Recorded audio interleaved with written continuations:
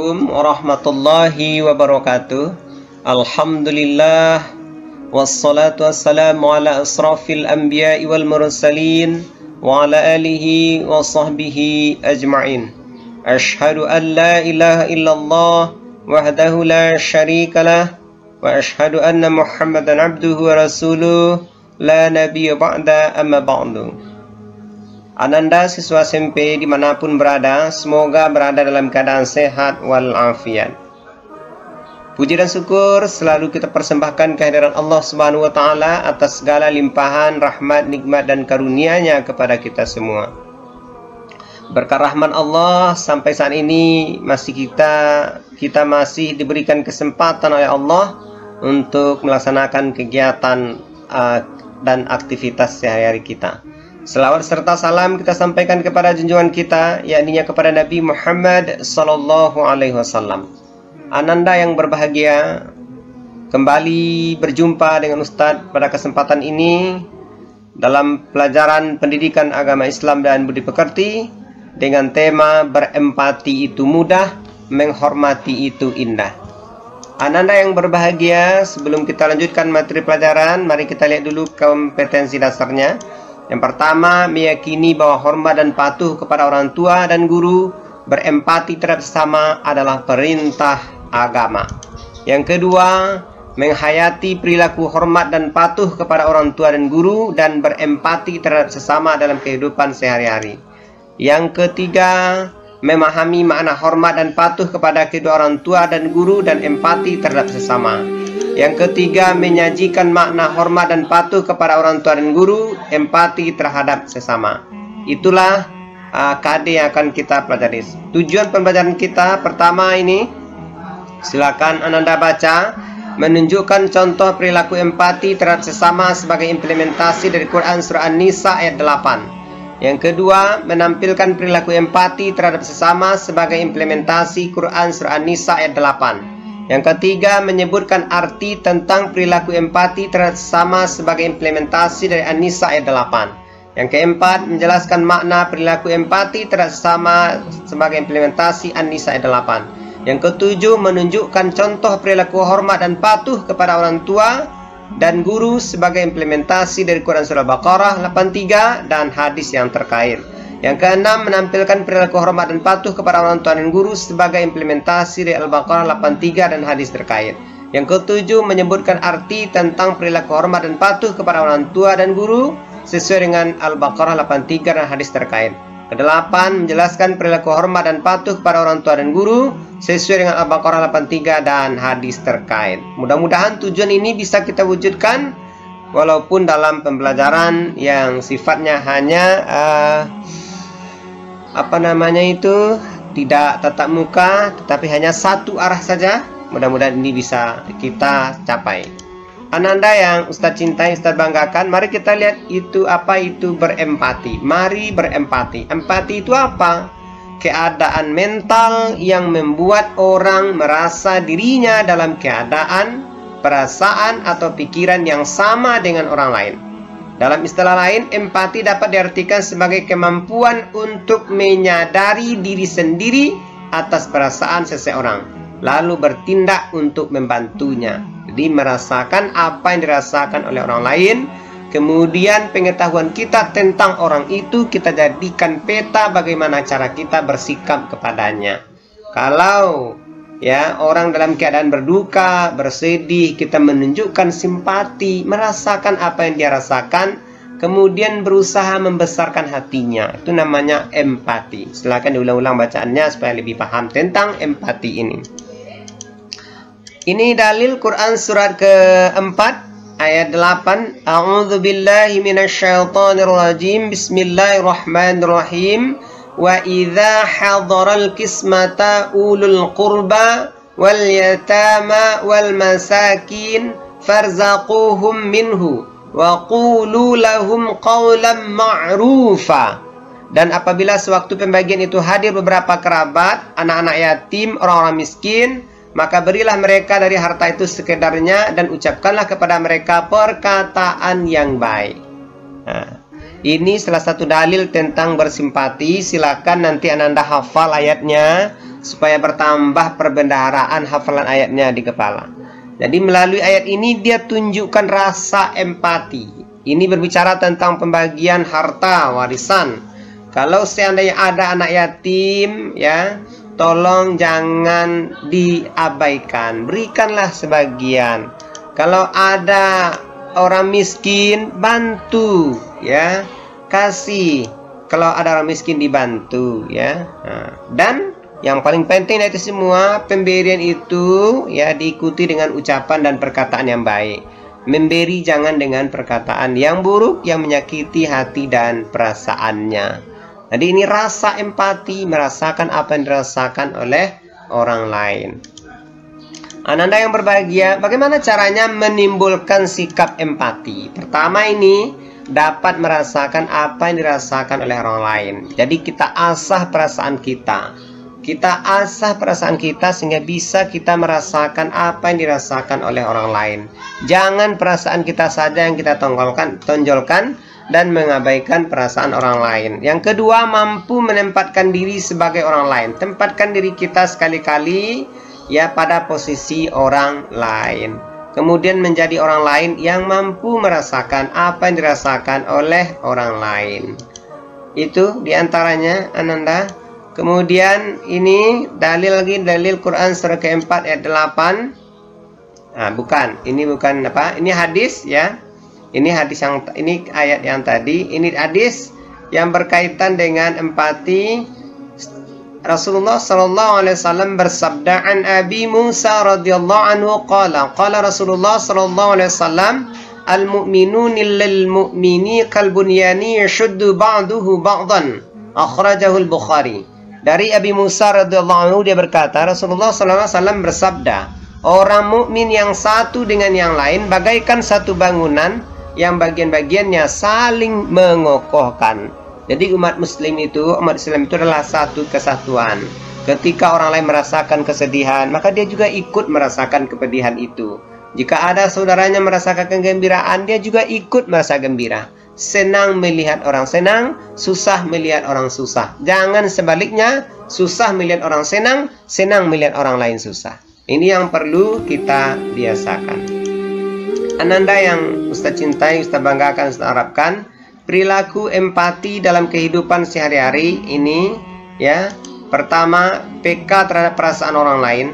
Dua, membayangkan seandainya aku adalah dia. Yang ketiga, berlatih mengorbankan milik sendiri dan membahagiakan orang lain. Ini ada dua gambar. Mana kira-kiranya gambar yang menunjukkan rasa simpati? Apakah ini ada teman berkelahi, senang hatinya mau melihat siapa yang paling kuat, bahkan difoto kemudian disebarkan di media sosial. Ini banyak yang berkembang sekarang seperti ini. Ini apakah termasuk empati ini? Atau ini ada orang berkelahi maka dia berusaha dengan sekuat tenaga untuk melerainya supaya perkelahian itu tidak dilanjutkan. Ini dua gambar yang bisa memberikan nasihat kepada kita untuk berlaku simpati dalam kehidupan sehari-hari. Anda yang berbahagia, itulah tentang empati. Nanti kalau ada pertanyaan boleh ditanyakan ya, bisa kepada ustadznya atau lewat link YouTube ini bisa juga ditanyakan. Materi kedua, kita lanjutkan pelajaran kita. Mari menghormati orang tua. Ustadz yakin Ananda siswa SMP semuanya sudah sangat mengerti, sudah sangat tahu ya bagaimana cara kita bersikap, bertingkah, berkata, berbuat kepada orang tua kita. Kita tahu orang tua jasanya luar biasa, bahkan tak akan mungkin kita balas jasanya. Nah, ini salah satu cuplikan video tentang surga ada di rumahmu, silakan dilihat.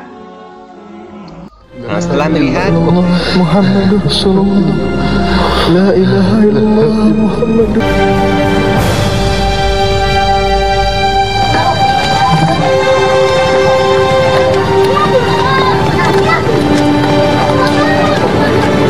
Ayo masuk yuk.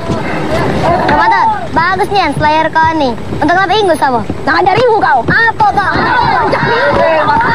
Apa ya? Mengaji malah begocoy. Ayo masuk.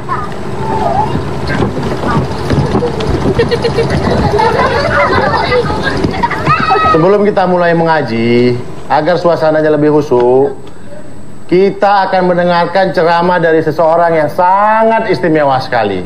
Ramadan, maju kau. Aku udah ngapa, Buya? Maju sini.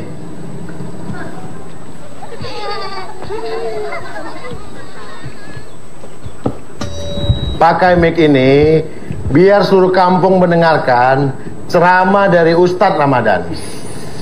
Ustadz. Tapi ceramah apa, Buya? Ceritakan tentang Uwais Al-Qarni. Ayo, mulai. Assalamualaikum warahmatullahi wabarakatuh. Waalaikumsalam warahmatullahi wabarakatuh. Uwais Al-Qarni mengatur napasnya yang tengah-tengah. Ibunya ada di punggungnya. Turunkan ibu ke atas ibu untuk kesekian kalinya. Ibu bisa berjalan sendiri. Uwais menggeleng. Uwais mengencangkan kaki. Sedikit lagi tawaf ini akan aku selesai. Apakah kalian tahu siapa Uwais Al-Qarni? Uwais Al-Qarni adalah orang yang sangat dicintai Rasul. Mengapa? Karena ia sangat mencintai ibunya. Ia gendong ibunya sampai kulitnya melepuh dan mengelupas. Sesampainya di Mekah, Uwais Al-Qarni bertemu dengan Abdullah bin Umar. Abdullah bin Umar adalah sahabat Rasul. Hampir berlutut di kaki Abdullah. Uwais Al-Qarni bertanya, "Ya Abdullah yang mulia, aku gendong ibuku ratusan kilometer agar ibundaku bisa berhaji. Apakah akan terhapus seluruh dosa-dosa? Dan apakah terbalas seluruh jasa ibu?" Dan kalian tahu apa jawaban Abdullah bin Umar? Abdullah menangis saat beliau menjawab, "Wahai sahabatku Uwais, jangankan dosaku saja masih berderet-deret. Tapi Uwais, bahkan jika kau gendong ibumu mengitari Ka'bah dan kau gendong lagi beliau hingga kiamat, tak setetes pun darah beliau saat melahirkanmu akan bisa kau balas. Tidak setetes pun." Setelah melihat tayangan tadi, mungkin ada pelajaran-pelajaran yang bisa kita ambil. Silakan dituliskan dalam buku catatannya. Ananda yang berbahagia, ini sedikit saja gambaran tentang peran orang tua kita, bagaimana seorang ibu telah mengandung dengan penuh susah payah dan melahirkannya juga dengan mempertaruhkan nyawanya. Mereka ya hampir saja kehilangan nyawanya. Bahkan ada di antara orang tua kita yang tidak bisa melahirkan secara normal, terpaksa perutnya dibelah, bersimbah darah. Inilah jasa orang tua yang luar biasa. Setelah lepas dari itu, apakah sudah selesai? Belum. Perjuangannya masih berlanjut. Ibu menyusui selama 2 tahun dengan penuh kasih sayang. Dan bahkan banyak di antara orang tua, ibu tersita waktu tidurnya. Baru mau tidur langsung terjaga lagi karena mendengar kita menangis. Maka jasa ibu luar biasa, tak terbalaskan. Bahkan mungkin ada di antara ibu-ibu kita, ya, orang tua kita yang kadang mungkin sedang makan, kemudian kita menangis. Menangis karena buang air besar, dan mungkin tidak tertutup kemungkinan ada di antara ibu kita yang karena sudah sangat lapar, kemudian tidak sempurna cuci tangannya, termakanlah kotoran kita oleh ibu kita. Betapa besar jasa orang tua. Ibu dan ayah juga memelihara kita sehingga kita siap untuk hidup mandiri. Betapa banyak anak-anak yang tidak beruntung, mereka tidak dapatkan kasih sayang, mereka terbuang, mereka dibuang di tong sampah. Tapi alhamdulillah kita ini ya dibesarkan dengan penuh kasih sayang. Maka sudah sangat selayaknya kita menghormati, menghargai, menyayangi, berbesar hati ketika orang tua kita memberikan arahan, memberi kita nasihat yang kadangkala mungkin kita mendongkol mendengarkan nasihatnya. Tapi yakinlah semua itu dikerjakannya, dilakukannya demi kebaikan kita. Kemudian ibu dan ayah bekerja keras untuk memenuhi keperluan keluarga, memenuhi apa yang kita minta. Mungkin kadangkala yang dia minta sebenarnya mereka tidak sanggup untuk memenuhinya, tapi karena untuk menyenangkan hati kita, segala daya dan upaya mereka kerjakan. Mungkin ada di antara orang tua kita karena mendengar permintaan kita, sebenarnya mereka tidak sanggup. Ada yang terjerembab menghalalkan segala cara. Oleh karena itu, maka sudah sangat selayaknya, sangat patut kita menghormati, menghargai, menyayangi orang tua kita. Ibu dan ayah juga memberi kita bekal pendidikan, berusaha sekuat mungkin untuk memberikan pendidikan terbaik untuk putra dan putrinya.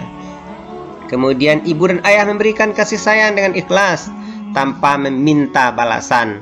Bahkan ada di antara orang tua sudah dikasih pun mereka tidak menerimanya, bukan karena mereka tidak butuh, tetapi kasih sayang mereka mengalahkan segala-galanya.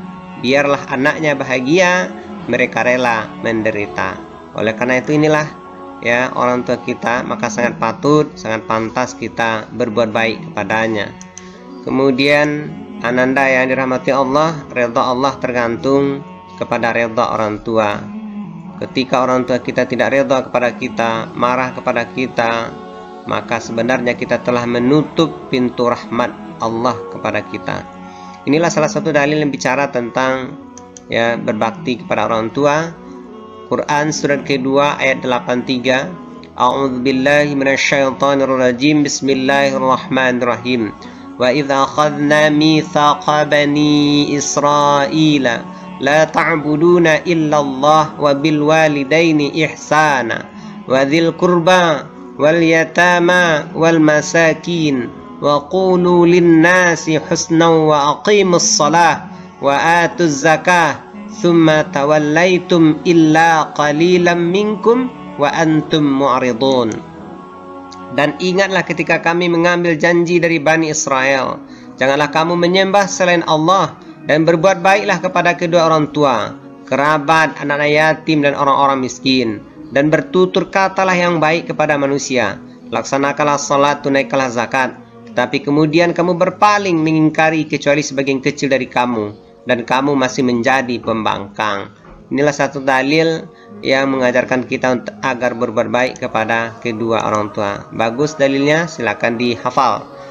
Kemudian dia hadis Nabi sallallahu alaihi wasallam an Abdullah bin Umar qala jaa rajulun ila Rasulillah sallallahu alaihi wasallam faqala ji'tu ubayyi'uka ala hijrati wa taraktu abawayya yabkiyan faqala irji' ilaihima fa'adhikhuma kama abakaitahuma. Dari Abdullah bin Umar berkata, seseorang datang kepada Rasulullah SAW dan berkata, aku akan berbaiat kepadamu untuk berhijrah, dan aku tinggalkan kedua orang tuaku dalam keadaan menangis. Rasulullah SAW bersabda, kembalilah kepada kedua orang tuamu dan buatlah keduanya tertawa sebagaimana engkau telah membuatnya keduanya menangis. Ini betapa besar perhatian Rasulullah SAW terhadap orang tua. Bagaimana kita menyenangkan hatinya, membahagiakan hatinya dalam hubungan kita sebagai seorang anak terhadap orang tua.